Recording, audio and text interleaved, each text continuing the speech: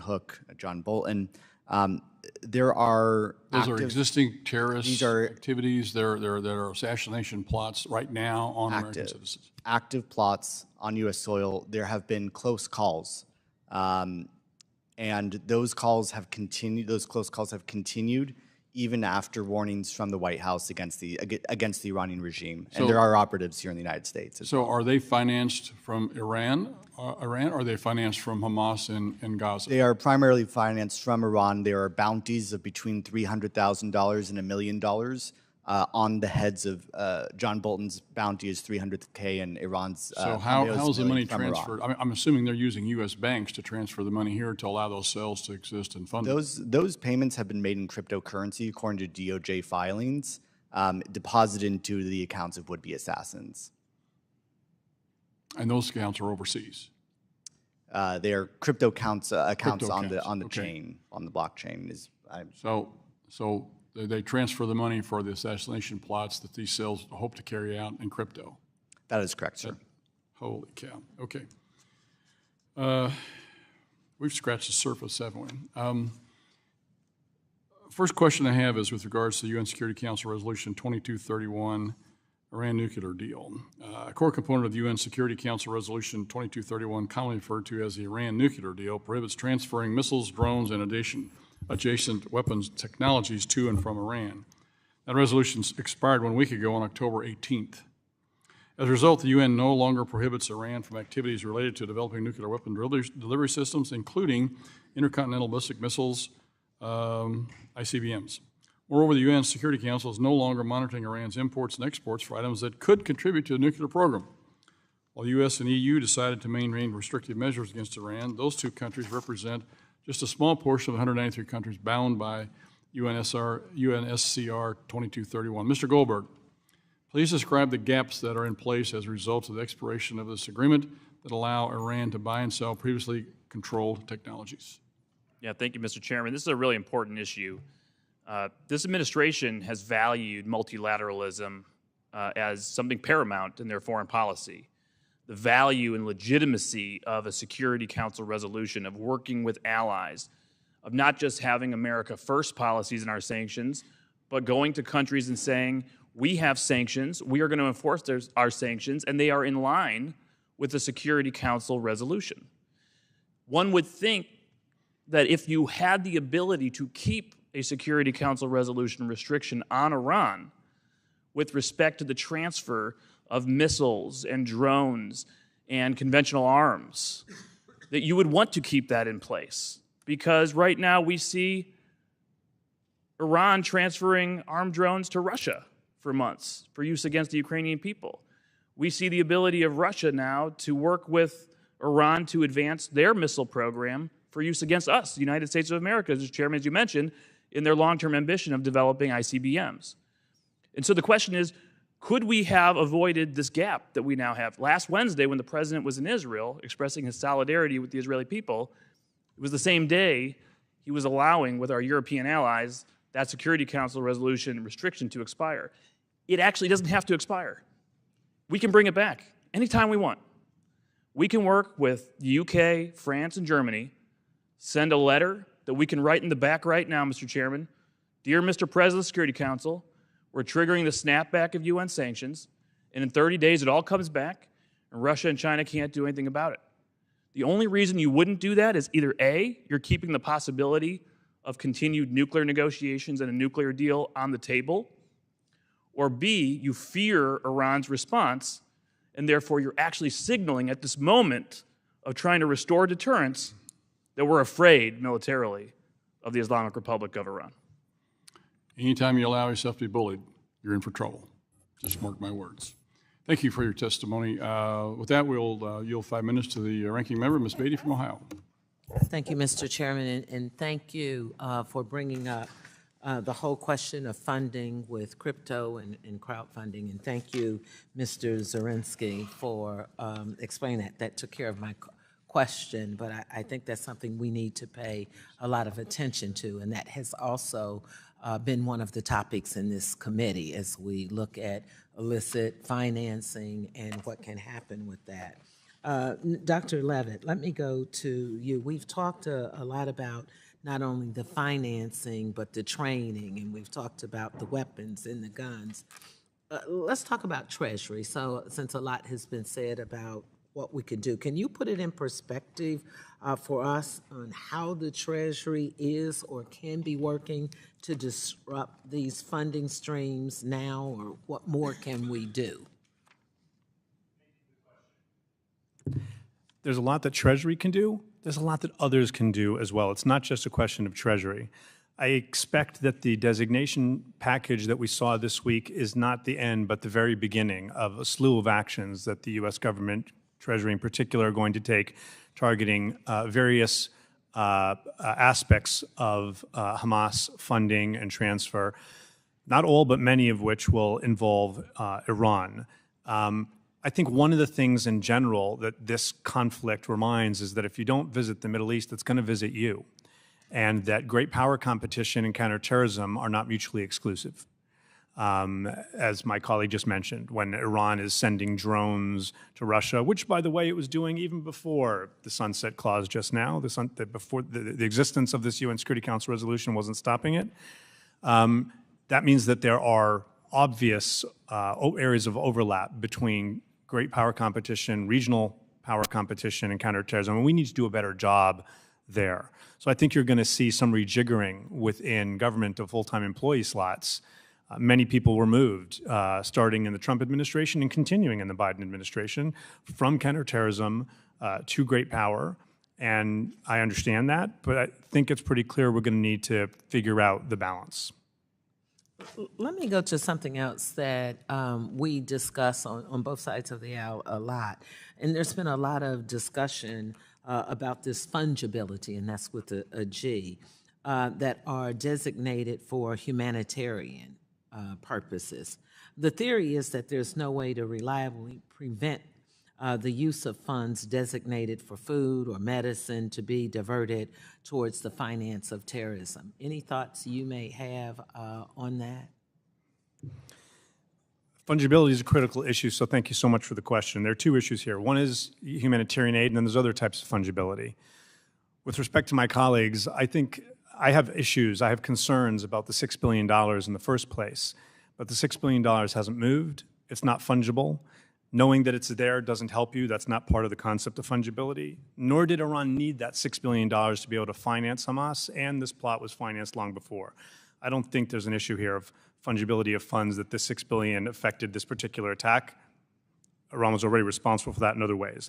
Humanitarian aid, I think we need to recognize that there has to be a balance. It can't be zero sum. It can't be that we're going to stop all money ever going to terrorism, so we're going to do nothing in a humanitarian crisis. And it can't be that there's a humanitarian crisis, so we're just not going to do anything to combat terror financing. There are all kinds of licenses within U.S. law. The U.S. and Ireland put forth a process that passed at the UN Security Council so that there's the ability, even in areas of Syria or Somalia or the Gaza Strip where there are terrorists in charge, where you can still provide some aid, and we're going to have to balance that. You don't provide all aid, you do it carefully. We can't be comfortable that there's any way to ensure that it won't benefit Hamas at all, but we have to do something because otherwise people are also going to die. Okay, thank you. Mr. Chairman, I only have about 40 seconds left, so I'm going to forego my last question, but I do want to say to all of the witnesses how much we appreciate your being here. I know this is not only emotional for many, it's personal, it's horrific. 3 weeks ago, I was at the Iron Dome, I was in Israel, and while it's emotional for me, I'm just thinking, what if it would have been 3 weeks later? So again, thank you for all of your comments, your work. We are taking it very seriously, and part of this committee is for us to figure out bipartisan pathways, because we're talking about human lives. It's more than a president, and you're very right. It is up to us to listen and bring forward something. Thank you, Mr. Chairman. Well said, Ranking Member Beatty, and appreciate your service both in country and here. The gentleman from Texas, Mr. Williams, is now recognized for 5 minutes. Thank you, Mr. Chairman, and thank you for the witnesses for being here today. Mr. Goldberg, in your testimony, you mentioned several foreign actors that are supporting Hamas and Hezbollah and other terrorist organizations. You noted that Hezbollah has been a longtime ally to the Mexican drug cartels, which further highlights our country's need to secure the southern border, and I happen to be from Texas. There are serious issues that impact our national security, and it is clear that America's enemies are forming alliances to further their common goal of waging war against the West. So, Mr. Goldberg, we have seen disturbing evidence that organizations like Hamas and Hezbollah are taking advantage of our wide-open southern border to infiltrate terrorists in the United States. We all know that's happening. So could you speak about that and how specifically we can use this committee's tools to track and stop these bad actors?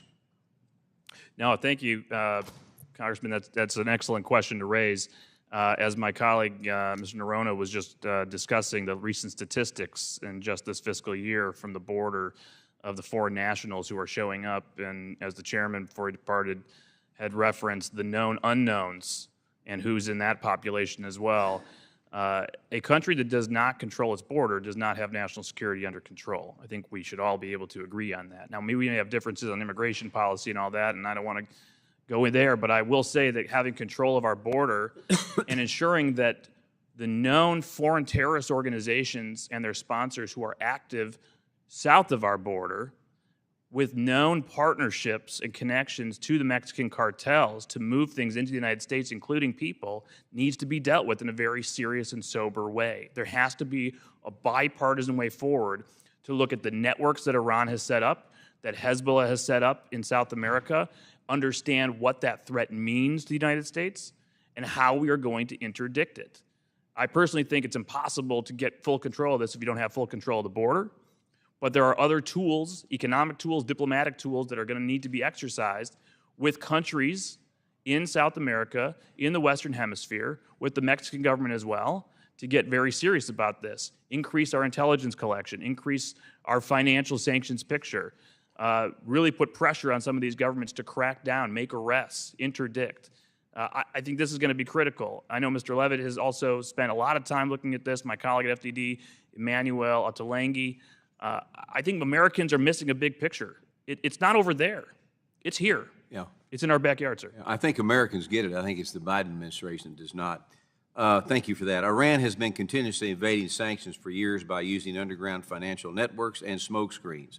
The Trump administration's maximum pressure campaign dramatically reduced Iran's foreign exchange earnings, but now sanctions are clearly not having the intended effect due to the lack of enforcement and lenient waivers by the Biden administration. So currently, the most significant ways this administration is enabling these bad actors to financially profit is by turning a blind eye to illicit oil sales, authorizing waivers for $10 billion in electricity sales to Iraq, and releasing $6 billion of assets to Iran. Clearly, the Biden administration's policies are allowing the Iranians to provide current sanctions, to evade current sanctions, and increase their ability to bankroll terrorist organizations. It's a bad situation. So, Mr. Noronha, how is the Iranian regime exploiting the gaps that exist within the current sanctions that have been placed against them? And which types of sanctions have proven to be the most effective against Iran over the years? Thank you, sir. Under the multilateral sanctions in 2011 to 2014, we got Iran's oil down to about 1.1 million barrels of oil per day exports. Under the unilateral U.S. sanctions, we were able to get them down closer to 300,000 barrels per day at times. Wasn't always perfect, it fluctuated. But we can do more. What they are looking for is for us to ignore shipments to China. They're looking for the tankers, the insurance companies, all the ports that service those boats. They all want to be able to do that without penalties. And so far, they've gotten away with that.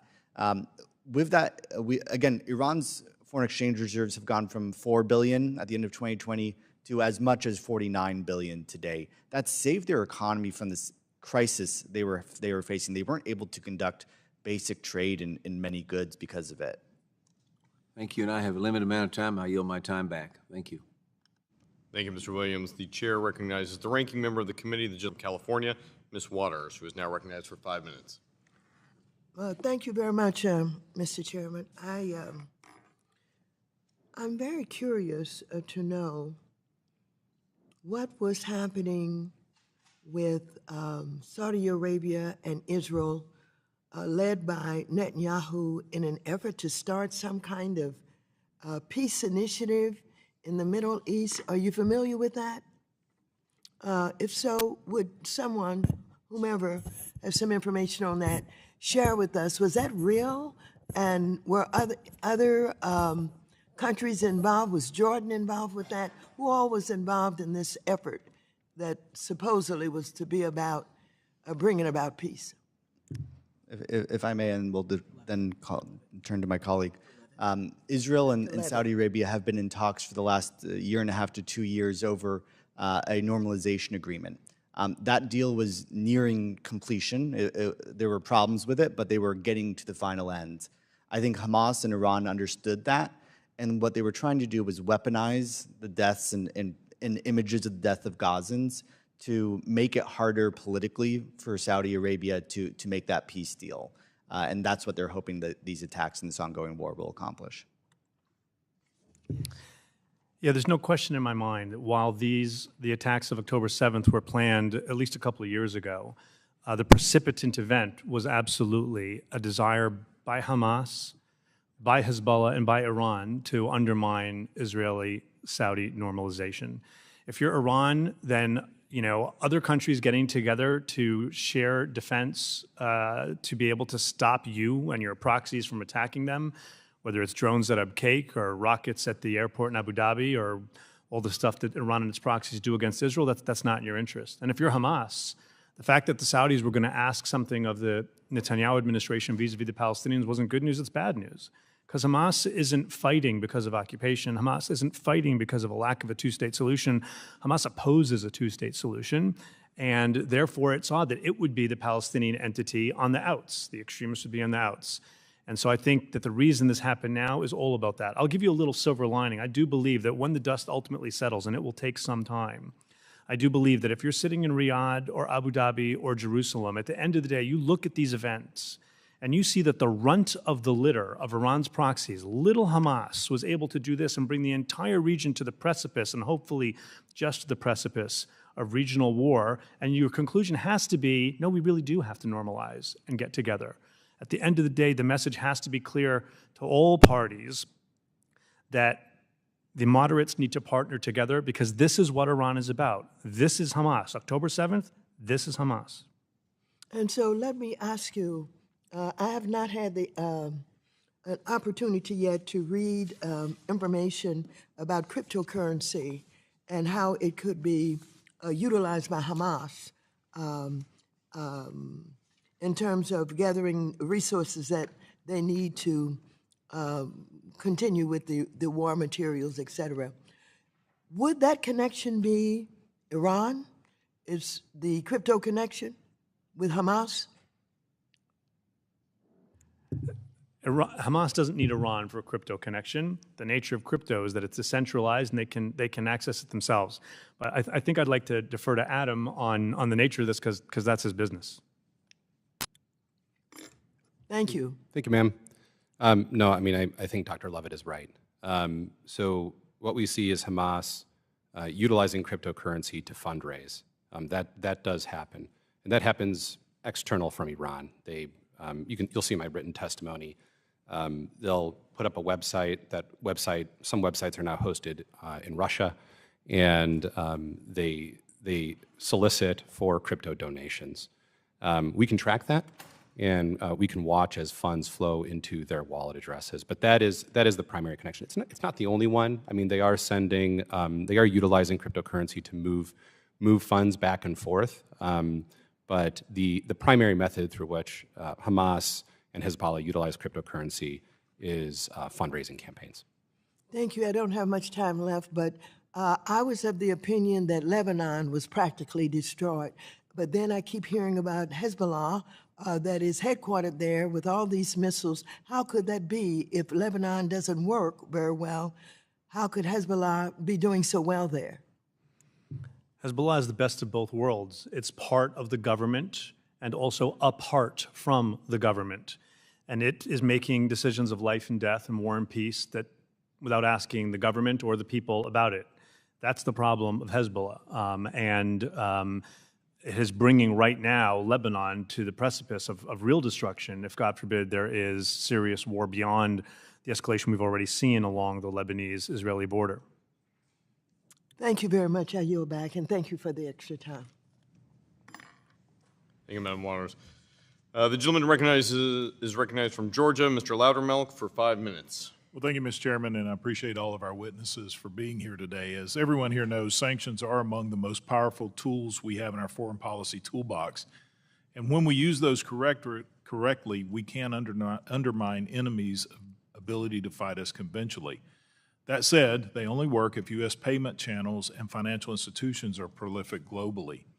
Mr. Brodsky, I want to ask first about the effectiveness of secondary sanctions in relation to the $6 billion in oil revenues that have been discussed in the news lately. In our conversation prior to this hearing and in your testimony, you mentioned the need to levy sanctions on Qatar.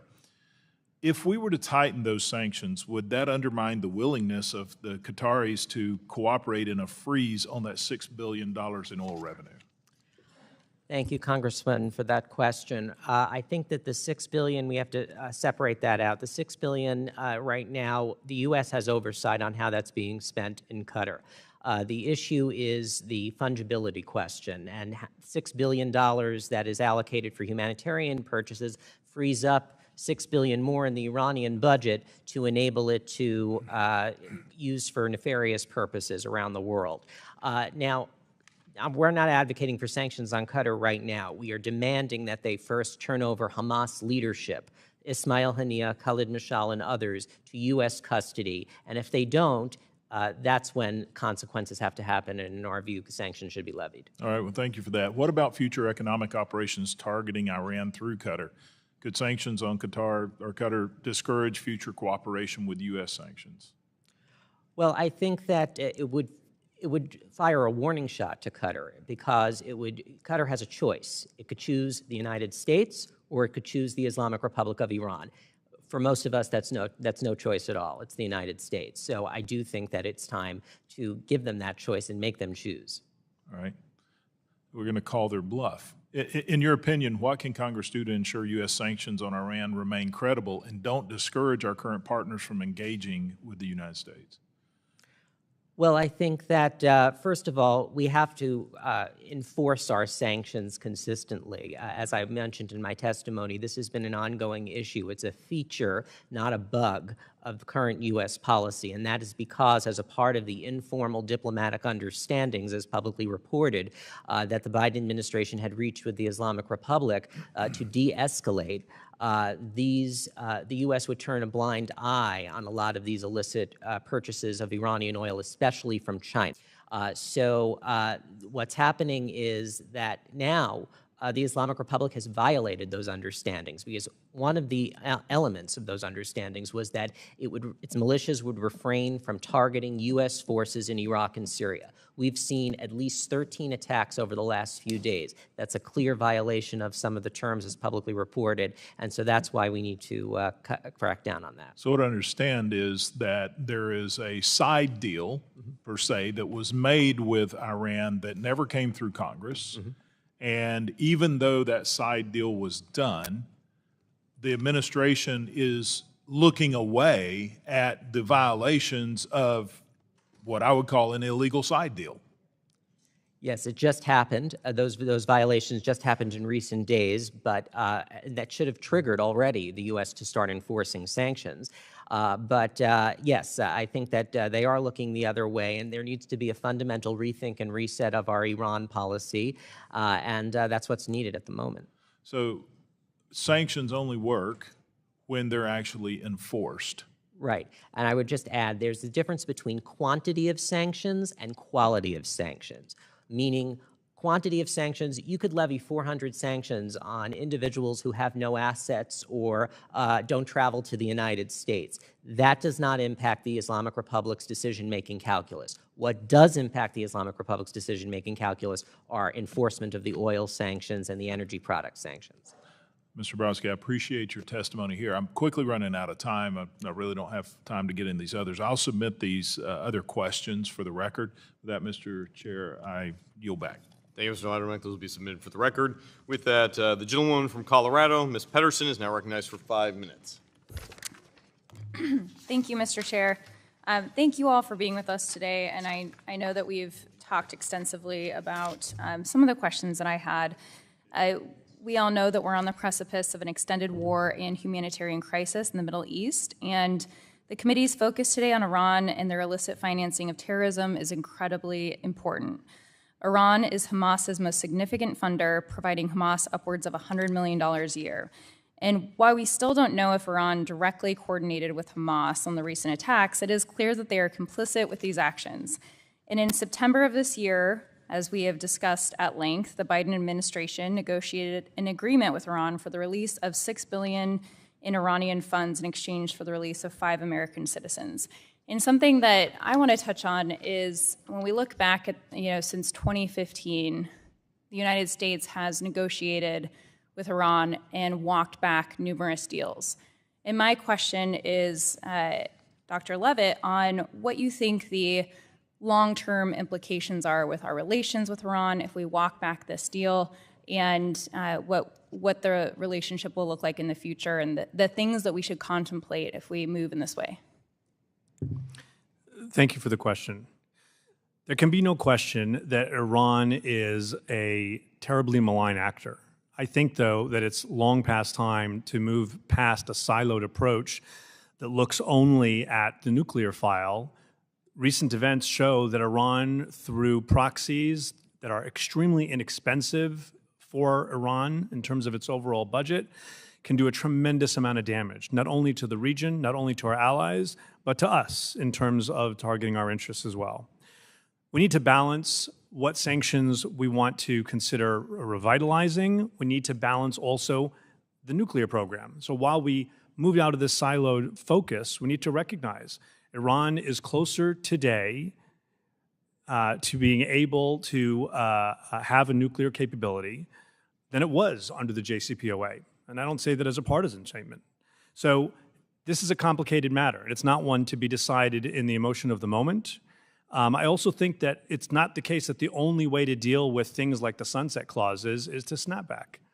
I don't have any faith in the United Nations tracking these things. We were never using the United Nations to track these things.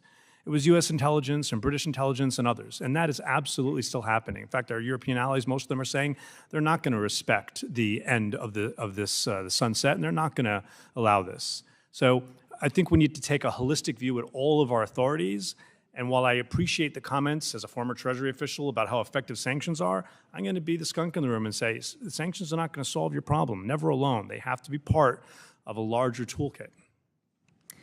Thank you. I'd love to talk about that larger toolkit, but also when you acknowledge that sanctions are not the only answer and they have to be used strategically, and I think something that I'm concerned about is if we overuse them, that we push the move away from the US dollar and the implications there for our economy. And so when we look at the roles that Qatar and Turkey are playing in financing terrorist groups like Hamas, what do you think the long-term consequences of looking at sanctions? Because we know that they are supposed to be our allies in ways. They hold key military bases for the United States. So how can we think about approaching Qatar and Turkey around these issues as well? So first, I think there's a lot to be discussed on concerns about the overuse of sanctions, but we shouldn't be too concerned about that. We do need to be concerned about that. There were sanctions on, people related to the International Criminal Court that I thought were ridiculous and severely undermined the credibility of our sanctions regimes, not just that particular set of authorities. But the sanctions are here to stay. If we decide that every problem is a nail and every solution is a hammer, if every problem has a sanctions answer, not only is we're not going to be effective, we could undermine the ability of sanctions. But I don't accept the argument that, if we consider sanctioning Hamas or Iran, we're automatically moving towards the devaluation of the dollar. Qatar is an extremely complicated situation. The fact that Hamas leaders, leave aside the luxury they live in, live there, while Hamas carried out this attack that targeted so many Americans is beyond the pale. And every one of them should be indicted, period, for starters. We also need to recognize the Al Udeid base is there. That's not something that we can easily replicate elsewhere. And so it's not going to be as easy as just saying, hey, we should just take Qatar to the wall. there's going to be some process here, especially as in the moment while they are helping to negotiate some hostage release. I don't forgive them what they've done in the past in terms of housing Hamas because of that, but in the moment, we have to let that play out. Thank you very much. Time has expired. The gentleman from Colorado yields the remainder of her time. The gentleman from Pennsylvania, Mr. Mauser, is now recognized for 5 minutes. Thank you, Chairman. Appreciate you all being here with us. Pretty interesting, pretty alarming, but not surprising. So your comments and statements, and the sort of the sad fact is that we know how to correct this, right? There's a solution here. You're nodding your heads. It's a pretty simple solution here. Iran funds terrorism, Hamas, Hezbollah, list goes on. And here we are, we have an administration that's busy doing JCPOA, trying to keep them from expanding their nuclear weapons against every other country, including Israel and the United States. You know, I've been to the Atomic Energy Agency, okay? They told us how prior that there were about 9 or 10 or 11 violations of uranium being moved and everything else taking place with Iran. They're not to be trusted. They fund terrorism. So it must be very frustrating as you're specialists in this that the solutions are pretty right in front of us, and yet we're dancing around them. We have a Biden administration that has this inexplicable affinity and affection for this regime. It's absolutely maddening.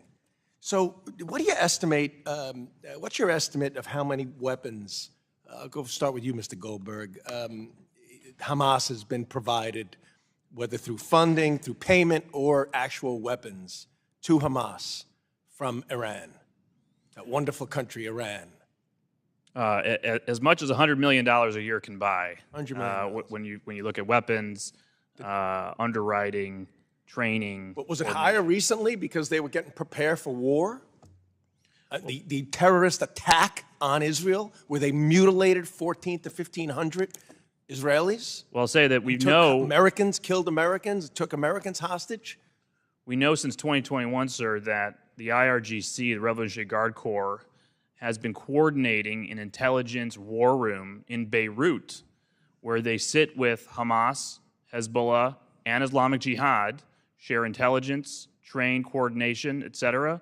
The Wall Street Journal has extensive reporting, including just a few hours ago, on the role Iran has played. Right. This is extensive. The idea that we're going to try to separate Iran from this massacre we have a Department of outrageous. Defense and a State Department that says, we don't see any direct connection, and the White House. And yet the head of Hamas was in Tehran 10 days before the invasion. What were they talking about, the weather? What do you guys think?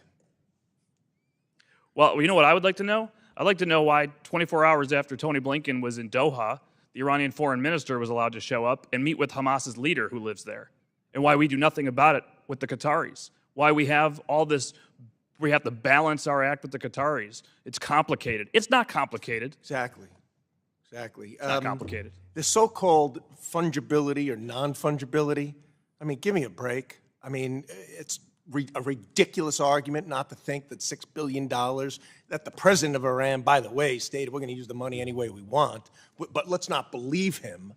Of course it's fungible. You don't even need that word. He could use other funds for military that he would normally use to maybe feed his people that are starving, and were starving more so under the Trump administration, and their economy was plummeting because of the oil sanctions. I want to ask about that too. 100%, sir. You know what? When people try to make apologies and say, oh, this $6 billion didn't do, this $6 billion would never help them. Stop talking about the $6 billion. Yeah. This has been going on since January 20th, 2021, when we moved from maximum pressure to maximum deference, starting to not enforce our oil sanctions. You see the surge in the export starting there, and over this summer, when we cut the secret nuclear deal, over $50 billion in this package. That's a lot of money. Yeah. You know what? Here's a basic question to ask everyone. Are we better off in our national security with the largest state sponsor of terrorism having more money or less money? Basic question. Oh, we got to balance it with their nuclear. What do we got to balance? What do we have to balance? because they might go nuclear, we might be forced to actually have a credible military threat. Well, tell you what, if the President of the United States right now is going around the world saying, I'm going to deter Iran, don't you do it, don't you do it, I'm going to move another carrier strike group in, who in Tehran believes he's willing to do that? He's afraid to snap back a UN sanctions resolution, for God's sakes. Saudi Arabia, Israel, all the countries are not in favor of our ridiculous appeasement policy with Iran. I'm out of time. Thank you all very much. Keep up the good work. I yield back, Mr. Chairman. Thank you, Mr. Muser. Good line of questioning there. Gentleman from Illinois, Mr. Foster, is now recognized for 5 minutes. Thank you, Mr. Chair and Ranking Member Beatty. First, just a quick comment about the JCPOA. I'm a physicist. I spent I don't know how many hours getting classified briefings on the breakout time for Iran under that deal, and it is my opinion as a physicist who understands this technology that it was an incredible blunder by the previous administration to tear up the JCPOA, which resulted in a lack of inspectors with and equipment looking at the real-time performance of the Iranian nuclear facilities, and it's going to go down in history, one of the biggest counterproductive blunders ever. But now my question, Mr. Levitt, can you talk a little bit more about the entire toolkit? It seems to be that one of the real points of leverage that we have with Iran is that young people especially kind of hate the autocratic theocracy that's running the place. And that there's a danger that if we provide the wrong kinds of sanctions, the wrong kind of financial pressure, it simply gives the government an excuse for why things are going so badly. And so how do we look at that? And what is, more generally, what's the entire toolkit and the pros and cons of using different parts of it? So first of all, thank you for the question. I do think that the majority of Iranians aren't buying what the theocratic regime in Iran is selling, but it is a totalitarian regime, and we see how they react violently against their own, whether it's headscarves or anything else. I don't think that sanctions can make Iranians suddenly like the regime. Even when the sanctions make life difficult, I think people understand, that especially the type of sanctions that we typically employ, that this is targeting the regime and it's trying to prevent the regime from doing the types of things it wants to do. But you're absolutely right, but it can't be all sanctions all the time. The goal can't be only to maximize sanctions and then the only metrics be how much sanction has there been and how much has the economy shrunk. The goal is not shrinking the economy. The goal is affecting the nuclear program. The goal is affecting their ability to finance militants. And so those are the metrics we have to look at. How effective is the economic pain in changing those policies? We need to have a credible military threat. I do believe that when we put 2 aircraft carriers in the region and we say to Hezbollah in particular, don't, I think they hear that. But I understand here and even partially agree with the argument that over past several administrations, things have happened or not happened, and our allies maybe aren't always 100% sure of how we're going to act. There's utility in that too. I think there is a lot more diplomacy and sanctions diplomacy that can be done. I think the best type of sanction is the one you actually, at the end of the day, don't have to implement.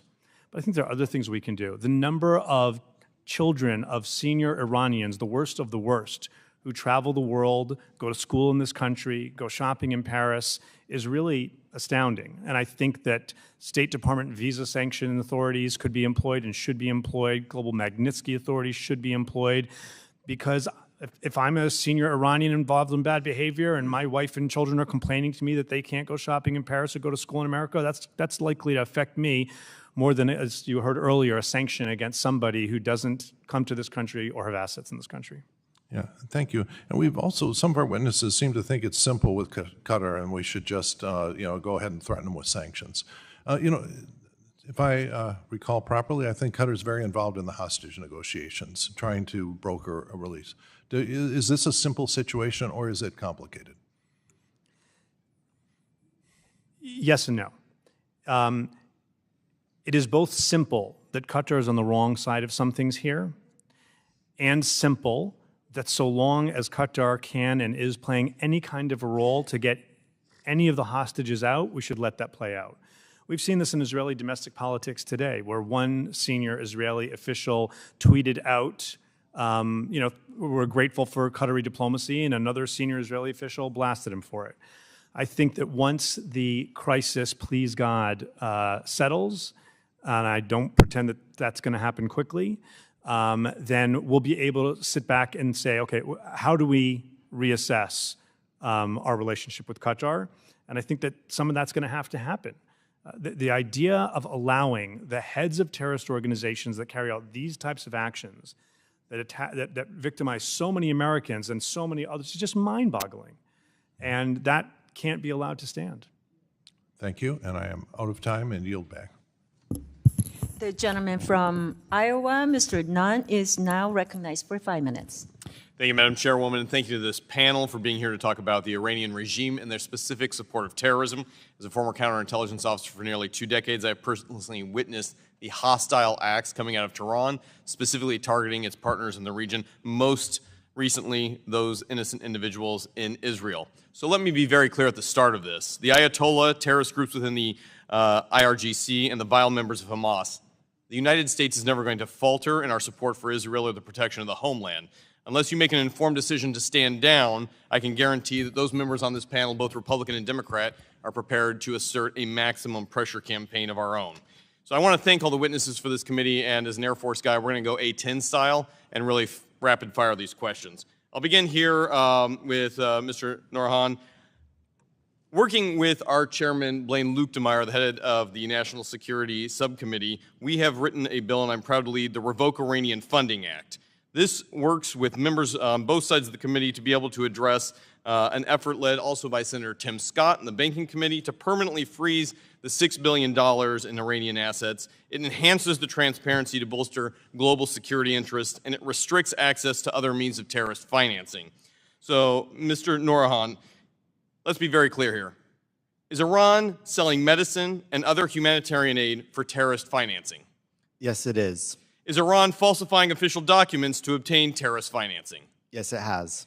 Has the Turkbank cooperation in facilitated the fraudulent documents to empower Iran proxy forces through financing? Yes, it has, and there's U.S. government documentation of it. Is Iran the key provider of weapons and munitions to Hamas today? Yes, it is, sir. Is the IRGC, the Iranian Revolutionary Guards Corps, responsible for training and equipping Hezbollah? Without a doubt. In the last week alone, Iran is responsible for enabling 14 attacks on U.S. forces in the Middle East. Is there any reason to believe that Iran has not been direct in both training and equipping these attacks? They are 100% responsible, sir.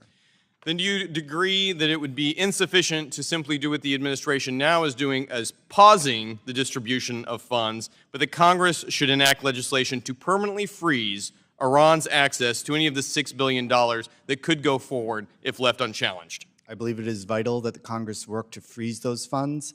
I believe your bill and the bill with Senator Scott would absolutely be necessary for that, and thank you for your leadership on it. I appreciate you saying that.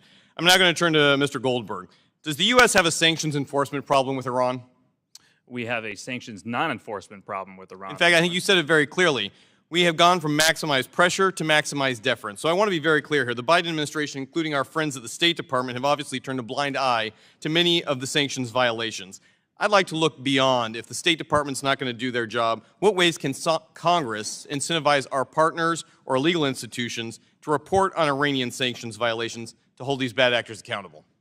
Yeah, Congressman, thanks for the question. I think there's legislation on this, and you can expand on it. At this point, the administration is violating the law intentionally, knowingly. You should subpoena documents if possible. Oversight should work with you on that as well. Any communications with the Chinese to give them direction to continue to import at such levels. You cannot go 1 million barrels per day increase like this without it being an intentional, willful policy. So anything you can do to force the administration to show you the targets that they're sitting on at the Treasury Department, which must be pretty tall at this point, from non-enforcement and all their communications with any other parties involved, including the Chinese, would be very important.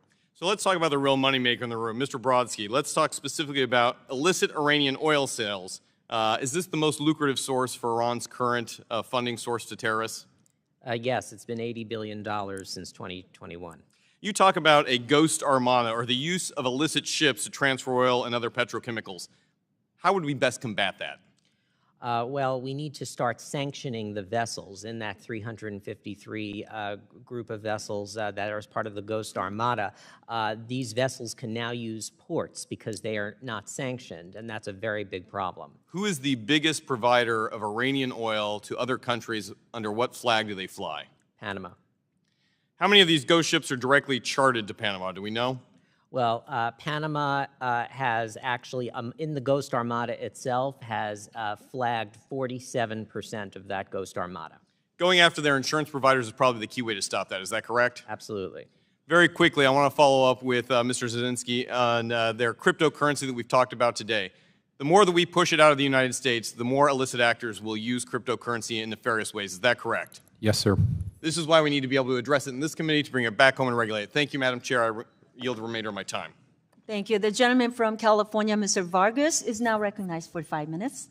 Thank you very much, Madam Chairwoman, and I ask that you thank the chairman for organizing this meeting. I appreciate it. I also want to thank all the witnesses here today. It is important for our country to show a united front in unequivocally condemning the atrocities committed by Hamas. We need to express our outrage, and I was outraged by Hamas's murder and massacre of innocent people in Israel. It was an ugly crime against humanity. We know Hamas has received funding, weapons, and training from Iran. We heard that today from our witnesses. We know Hamas has been a designated foreign terrorist organization for over 20 years. We know the connections between Iran and Hamas are extensive, long-standing, and well-documented. We have seen public reporting stating that beginning in August, Iranian security officials began assisting in Hamas's surprise attack on Israel on October 7th. According to the Wall Street Journal reporting, Iran's Islamic Revolutionary Guard Corps leaders and Iran's foreign minister participated in precursory meetings with Hamas and Hezbollah to coordinate these attacks. Over time, Iran has grown its network of proxies through which it funds its foreign terrorism regimes against our allies and partners. According to the Central Intelligence Agency, Iran activates these proxies to escalate the threat landscape in the Middle East. Notably, last week, Iranian-backed Houthi and Palestinian Islamic Jihad militants fired missiles at Israel. Thankfully, our U.S. Navy has been positioned to intercept some of these missiles before they reached Israeli families. This defensive measure bolsters the great work that the Biden administration is taking to hold Iranian-backed terrorists accountable. Just last week, the Treasury Department sanctioned key Hamas terrorist groups, members, operatives, and financial facilitators in Gaza and the surrounding region. In addition to military aid and targeted sanctions, I would like to applaud the Biden administration for coordinating with Israel to ensure the timely delivery of humanitarian aid to Gaza. This is not the time for partisan politics. I agree with that. We must form a bipartisan front to support Israel's right to defend itself, provide humanitarian aid to innocent civilians, and hold those responsible for these reprehensive attacks accountable. In that same spirit of bipartisanship, I am proud to join my good friend from Arkansas, Mr. Hill, to introduce the Holding Iranian Leaders Accountable Act. This bipartisan bill requires the president to report on the assets of certain Iranian government officials and terrorist leaders. Additionally, this legislation requires the Secretary of the Treasury to seek the closure of U.S. and foreign financial accounts connected with these assets. Again, I would like to thank my friend French Hill and his staff for participating on this much-needed legislation. And I look forward to the day where there is lasting and sustainable peace in the Middle East. Now, I have to say that today I heard a few criticisms of Mr. President, President Biden. I'd like to point out the fact that he, in fact, went to Israel, stood with Israel, and said that we are with you. And in fact, the signs that are up around Israel to thank President Biden for his courage to be there. And I think we should acknowledge that. Again, I appreciate very much we should stand with our ally. However, I do think that he made a mistake when it came to the $6 billion. I do think that that's a mistake. I do think that we should freeze that money. I don't think it should go to Iran. We have to be able to criticize our own administrations at points, and this is the criticism that I would give.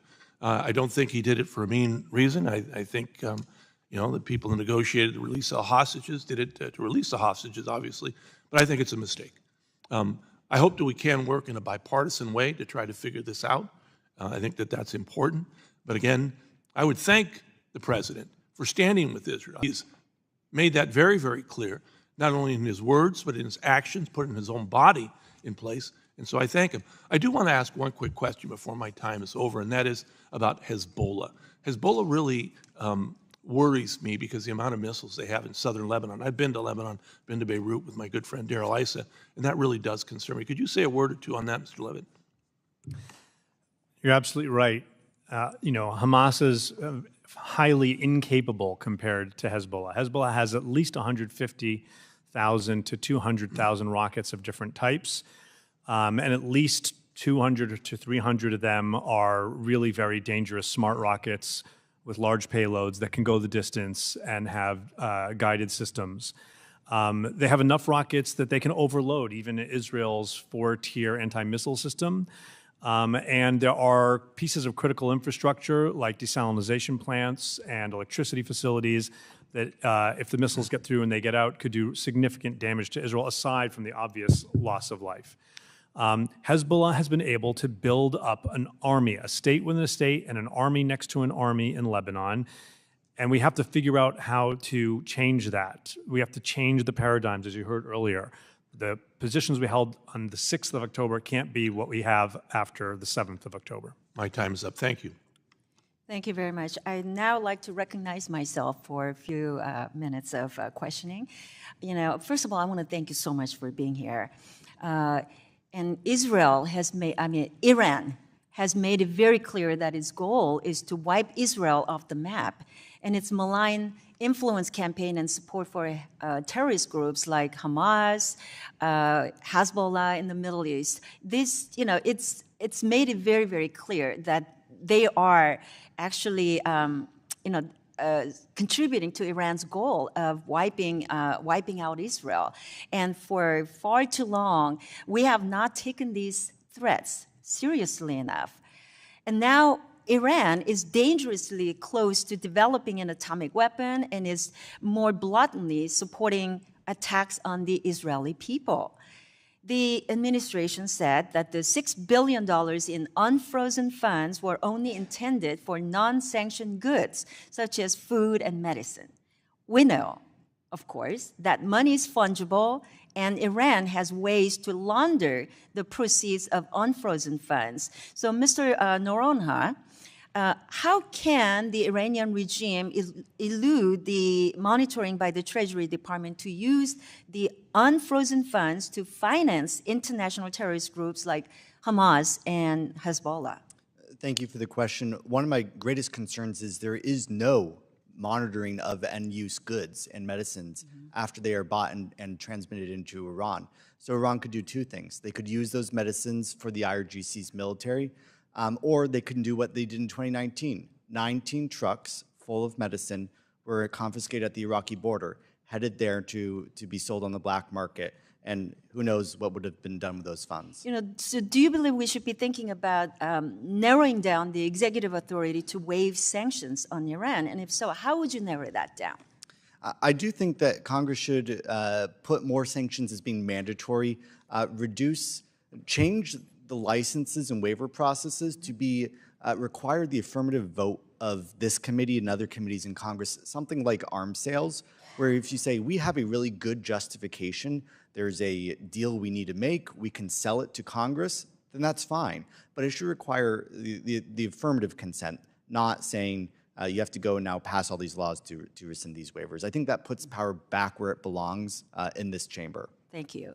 According to Bloomberg report, the Chinese imports of sanctioned Iranian oil are running at the highest level in at least a decade. Other reports say that about 80% of Iranian crude exports go to China. So it seems these so-called Chinese teapots, which are small refineries taking Iran's oil at a discount, are part of the problem. So let me ask you a question, Mr. Brodsky. In your written testimony, you state that Iran has generated approximately $80 billion in revenue from oil sales since Biden administration took office in 2021. So in your view, what can we do to reduce Iranian crude exports going to China? And obviously, our goal here is to stop the Iranian regime from funding international terrorist organizations. Yes, it's a very good question. First, as I mentioned before, given that the Islamic Republic has violated those informal understandings that it reached with the Biden administration by attacking U.S. forces in Iraq and Syria, now is the time to really enforce our existing sanctions, especially on the teapot refineries, Chinese banks, Chinese entities. We have not been doing that. I think that if you look at the State Department, they have been saying that we raise the issue of Chinese oil purchases from Iran in our diplomatic conversations. Well, diplomatic conversations are not sanctions enforcement. And this is the same answer that they've been giving for a couple of years now. So I think the time has come for a more aggressive approach. Thank you. Let me come back to you, Mr. Noronha, for one more question. Iran has over $6 billion in reserves held in IMF special drawing rights. The SDRs represent unconditional liquidity. So could you describe some of the risks we face if government in Tehran were able to convert these holdings into hard currency? If Iran got access to $6.7 billion today, it would not go to the Iranian people. It would go to the regime's most immediate needs, which is advancing its terror plots. Having access to that currency is gold for them because their terror proxies don't want Iranian rial, they don't want Iraqi dinar, they want dollars and euros. And that's the fastest way for them to get that is through these special drawing rights. That's why I think it's imperative that Congress work with the Treasury Department to make sure that never happens, and that they don't get the next round of special drawing rights the next time the IMF gives a round. Thank you. I know my time's up. The gentleman from New Jersey, Mr. Gottheimer, is now recognized for 5 minutes. Thank you so much, Chairwoman. Sir, thank you, and I really appreciate you having this timely hearing.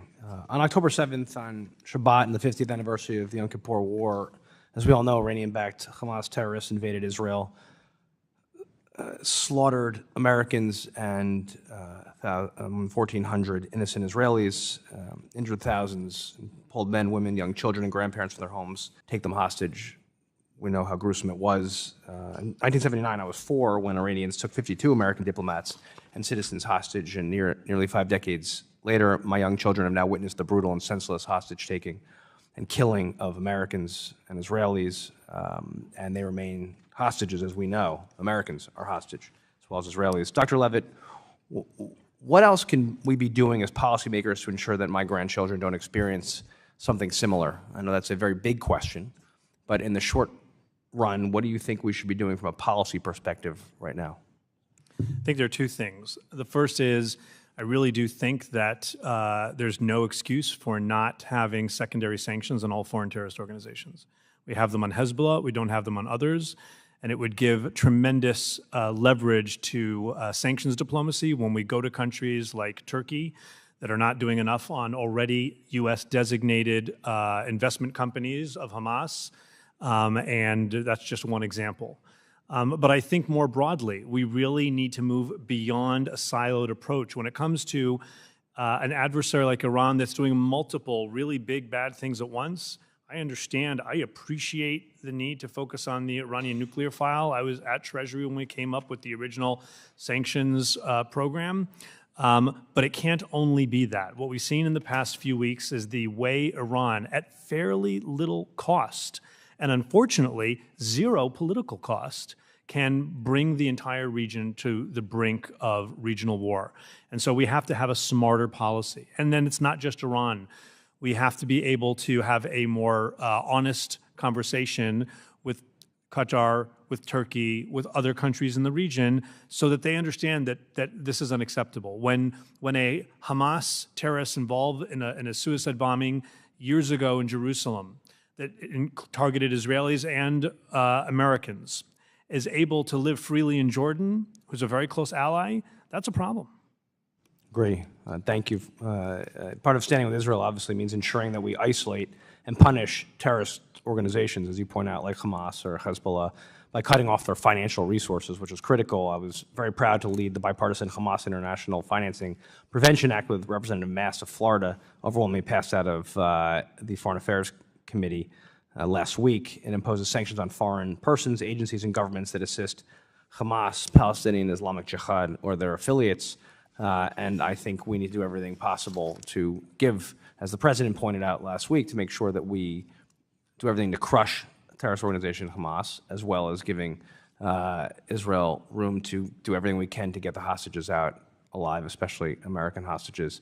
I was also proud to help introduce the bipartisan Operation Sword of Iron Dome supplemental appropriations with Representatives Tenney, Schneider, and Miller to resupply Israel's missile defense system, which I'm very concerned about in terms of a supply perspective. As we know, the Iron Dome saves thousands of lives, intercepting missiles targeting Israeli towns and cities. Mr. Goldberg and Mr. Noronha, I was glad that both FCD and JINSA supported the bill.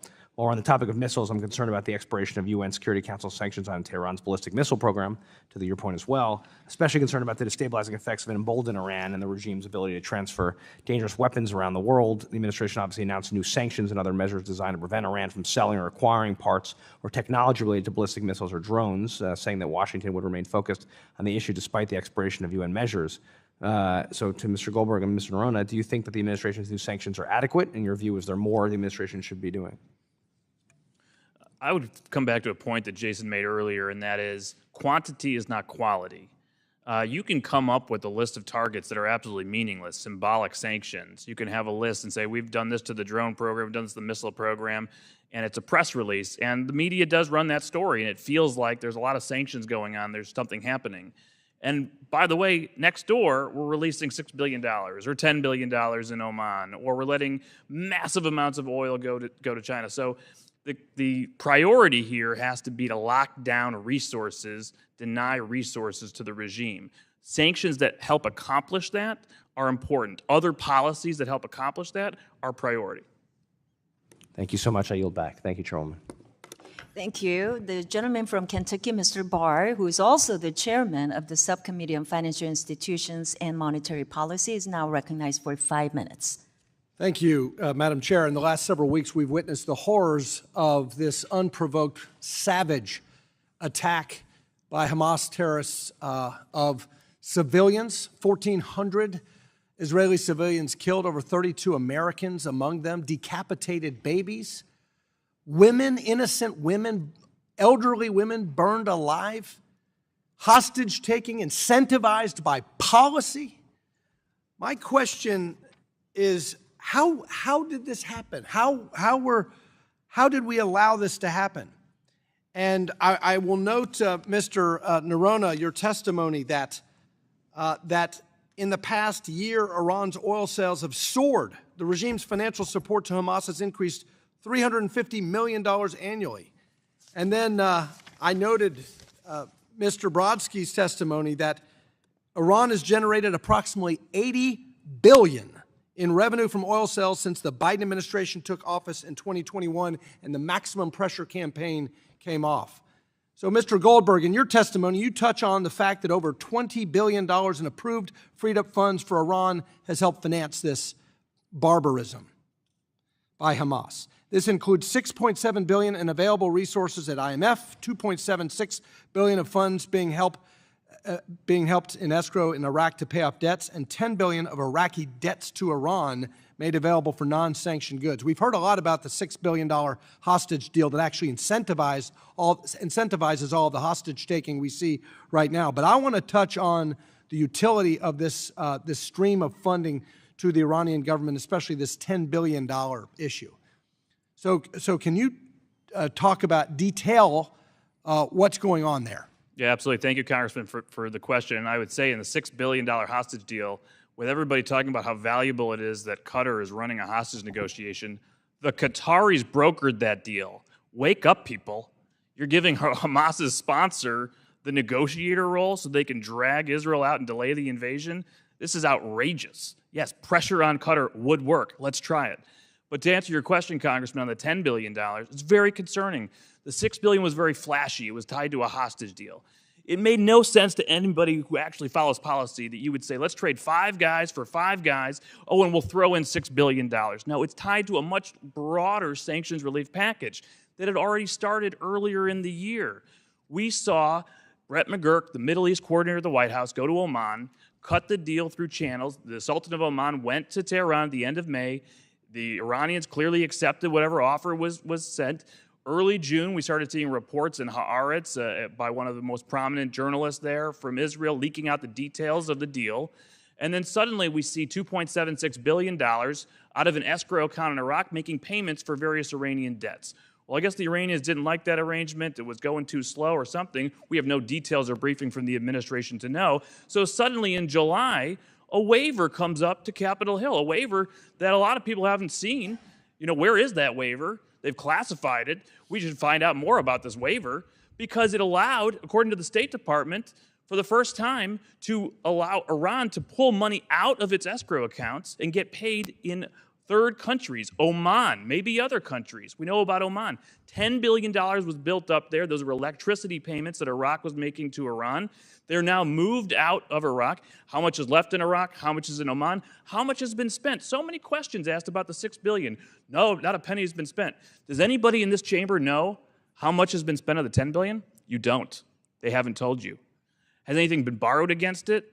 What's going on with that money? And by the way, this waiver allows ongoing payments. The electricity payments keep going. It's not one-time money like the $6 billion. Well, what is going on with this money? That's very troubling. Mr. Brodsky, on the oil revenues, since Biden lifted all of the sanctions on Iranian oil. By the way, this should be a bipartisan issue. My friends are obsessed about the climate. Why is Iranian oil so important to not sanction?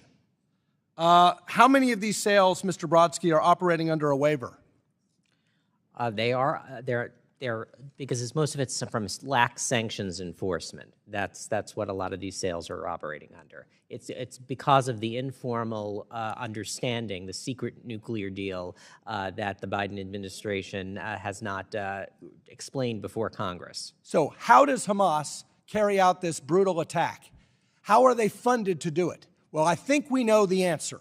The answer is that the Biden administration allowed this to happen by pursuing a policy of weakness, appeasement that allowed Iran to finance this invasion. I yield.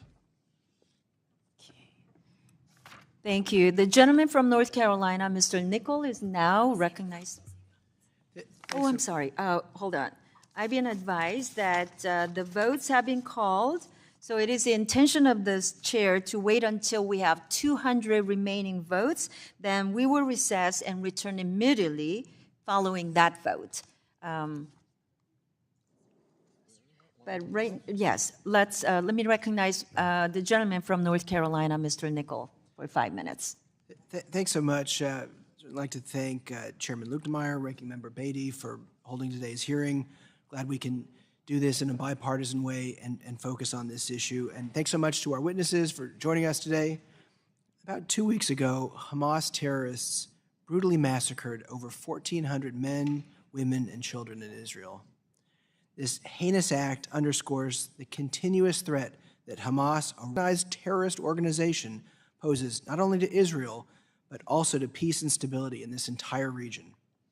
Hamas actions, sustained in part by foreign illicit financial networks, have brought untold suffering to countless innocent victims. In response, we must safeguard our nation's interest, support our ally Israel in the wake of this tragedy, and dismantle the financial channels that facilitate terrorism. The bond between the U.S. and Israel is strong and steadfast.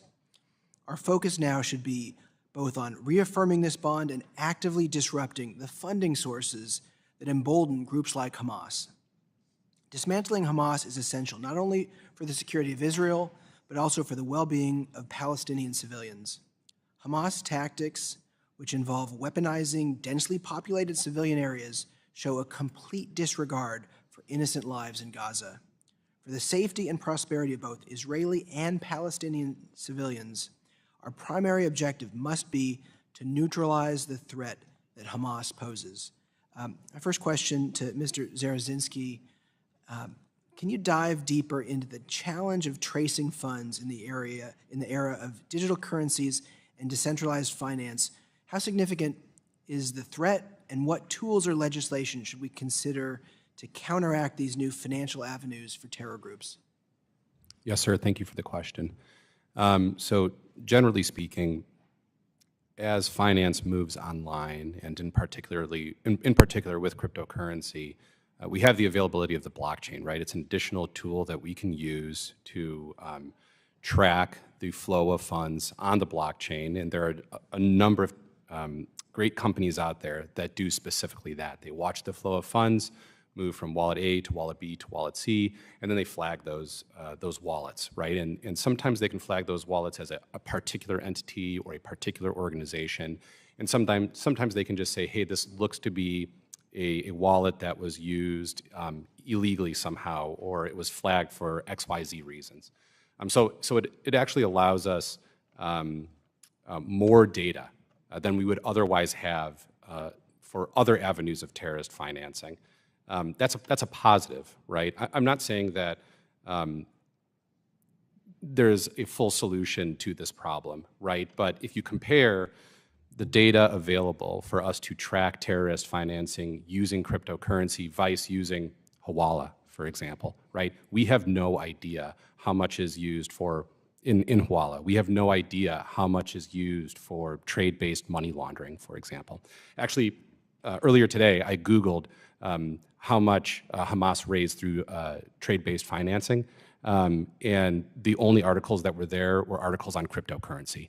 And it just goes to show that at least we have a number, right? And there's debate on what that number is, but there are a lot of tools available, from Inca Digital's tools to the forensics companies, that the US government currently uses to track that financing, and they're only getting better. So given that many of the challenges originate from unregulated foreign entities, how can the U.S. ensure its regulations are effectively enforced? So I'm not going to comment on policy. Ultimately, I'm a tech CEO, but here's what I'll say. What we need to do is we need to bring crypto markets back on shore. It is literally a zero-sum game. The more liquidity that is offshore, that is outside of U.S. jurisdiction, that's a bad thing. We need to bring that liquidity onshore, where we can regulate it, where we can work with law enforcement, where those organizations are responsive to law enforcement. The more that we bring onshore, the less liquidity bad guys have to launder money globally. Thanks so much. I'm running out of time here, but we'll follow up with the remaining questions. I'm going to recognize a gentleman from Illinois, Mr. Kasten, for 5 minutes. Thank you, and glad to be sneaking in under the wire here. Appreciate you all being here. Last week on October 17th, Senator Warren, Senator Marshall, and I led 102 lawmakers in a bipartisan, bicameral letter to Treasury raising concerns about some of these reports that we've mentioned about the use of crypto in financing Hamas and Palestinian Islamic Jihad.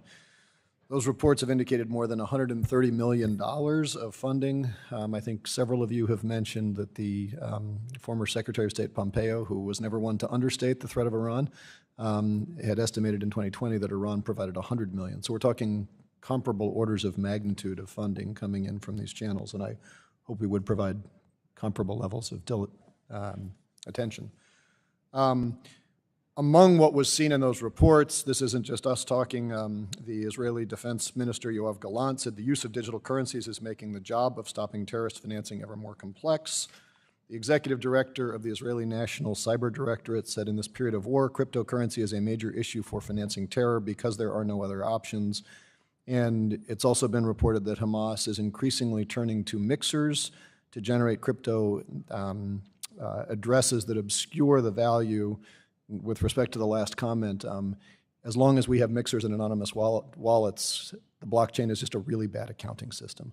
Let's not overstate what it does if you can provide those holes in it. I'm proud that the letter was bipartisan. I'm sorry that we did not get any of my colleagues across the aisle in this committee to join the letter, but we were pleased to see that the day after the White House or the Treasury received that letter on October 18th, Treasury's Office of Foreign Assets Control issued sanctions on BuyCash, the digital asset exchange located in Gaza. And on October 19th, FinCEN announced a proposed rulemaking to specifically identify these asset mixers as a class of transactions of primary money laundering concern. And that rule would require financial firms to report information about transactions that involve suspected crypto mixers. Mr. Narun, just starting with you, in rolling out that proposal, FinCEN said, the lack of transparency surrounding international mixing activity is an acute money laundering and national security risk. Do you agree with that statement? I do, yes. Good. Makes my job easier here. There was also, in April of this year, the Treasury Department released a report entitled Illicit Finance Risk Assessment of Decentralized Finance, and recommended that we strengthen our anti-money laundering and to counter financial terrorism by closing identified gaps in the Bank Secrecy Act, which currently can allow existing DeFi services to fall outside of the scope of the BSA's definition. Again, Mr. Dronhag, would you agree that we need to identify those gaps if we're going to shut down sources of terrorist finance? We do, and if I can elaborate very quickly, Iran has been under the blacklist of the Financial Action Task Force since February 2020 because they refused to ratify the Palermo Convention and the Counterterror Financing Convention. It's an active decision in the regime to not be in compliance with any of these things so they can fund. Yeah, no, and I appreciate that, and one, it's probably more than we could get into here.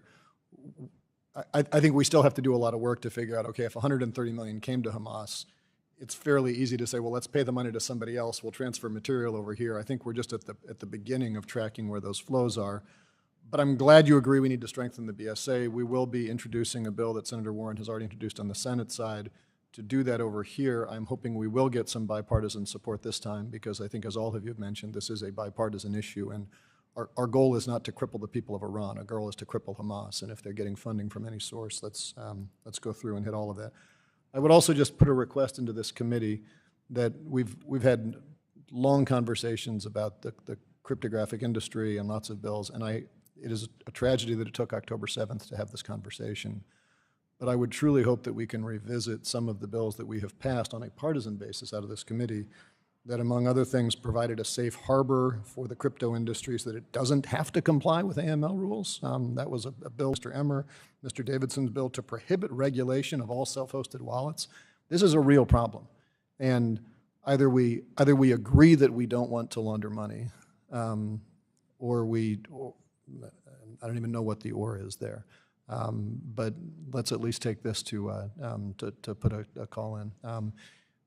Congressman, Mr. Goldberg, I say I have 25 seconds. I agree with you, and I would recommend to you, we'd love to work with you on this report that I co-authored earlier in the year, The Underside of the Coin, where we identified all the threats you're talking about, mixers, coin joiners, privacy coins, and also ensuring that they use technology to identify hops between mixers and before they cash out.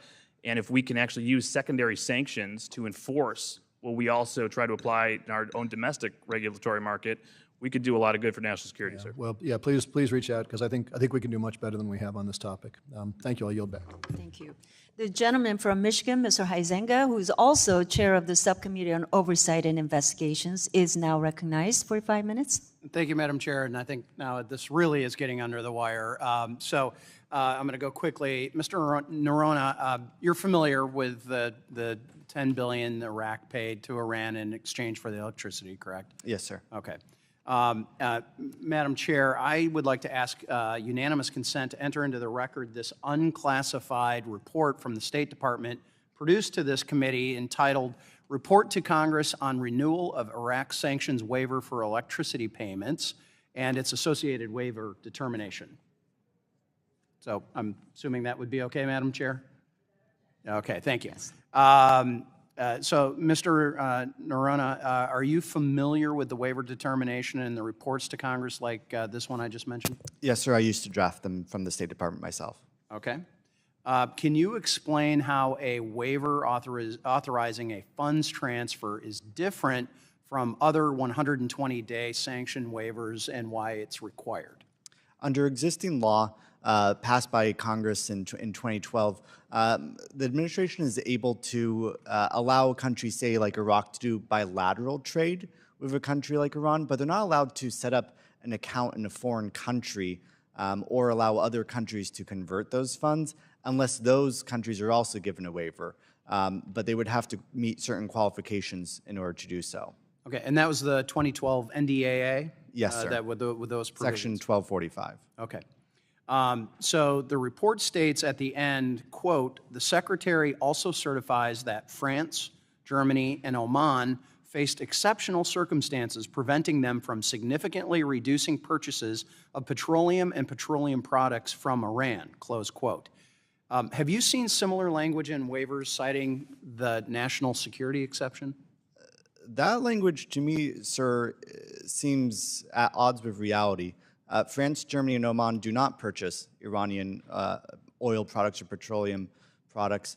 I've never seen language drafted like that, and that seems to me to be trying to circumvent something. It's been done like that with a country, say, like South Korea, which was attempting to reduce its imports of Iranian oil over a period of a year and was finding difficulty to do so. France, Germany, and Oman are not in that category. Yeah, the one that stood out to me was Oman. They have their own oil. Exactly. That seemed rather confusing to me. Okay, so if they're choosing to use this unusual language, why would they insert that? Why would they put that into I can this only paragraph into this surmise document? that the Iranians don't want Iraqi rial. They want euros because Hamas and Hezbollah want euros.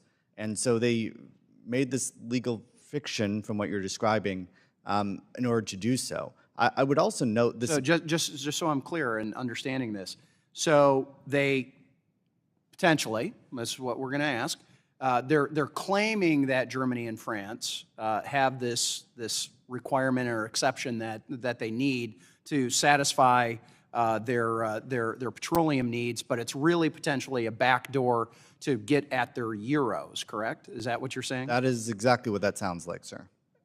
That seems like it to me a little bit too. So I kind of cut you off there, so I'll give you I was going to say, there have been reports over the summer that the administration was looking to conduct a informal nuclear arrangement with Iran and try to bypass congressional review of this.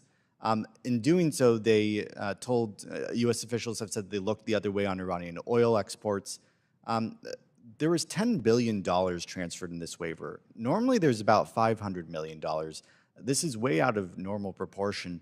The other thing that's very concerning is there was a report from the Central Bank of Iran just last week that they are working with China to, quote, finance this $10 billion, which is in this fund in Oman.